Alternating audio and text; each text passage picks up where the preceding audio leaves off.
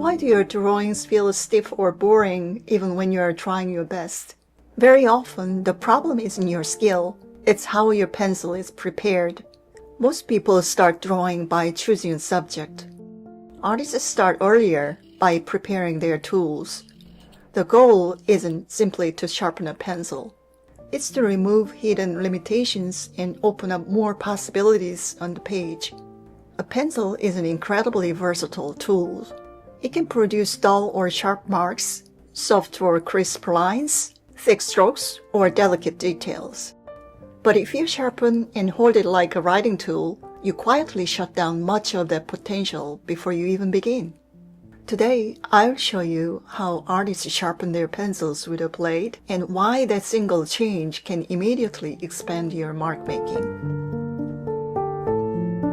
A standard sharpener produces a short conical point. That shape works perfectly for writing words, but drawing is different. When you're cross-hatching, shading, or sketching gesture lines, you don't use only the tip of the pencil. You also use the side of the graphite to create softer tones and broader strokes. That short, sharp writing point limits that flexibility. That's why many artists prefer sharpening with a blade.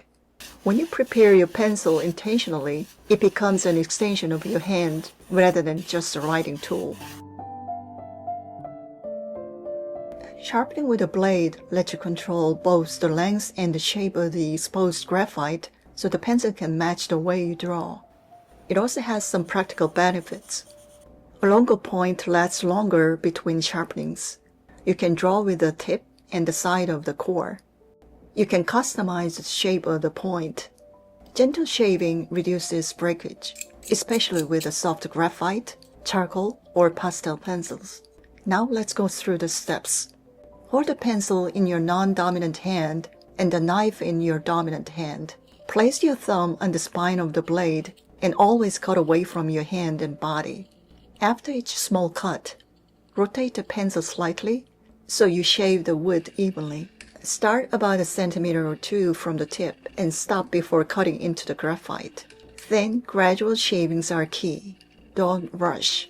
Once the graphite becomes visible, reduce the pressure and flatten the blade angle so it slides along the core rather than digging in. Make very light passes while rotating the pencil until you create a long, even taper. You are not aiming for a needle-sharp writing point. Instead, you want a long, balanced stretch of exposed graphite, roughly 1/3 of the total sharpened length, or about half an inch. If the graphite is too long, it becomes fragile and snaps easily. If it's too short, you lose the ability to use the side of the pencil for shading and broad strokes. After I shape the pencil with a blade, I like to rub the point and the sides on scrap paper. This smooths out any rough spots and gives you a stable, controllable point, sharp enough to be precise, but not so fragile that it breaks immediately. If you like, you can even save the graphite dust for tonal shading in other drawings.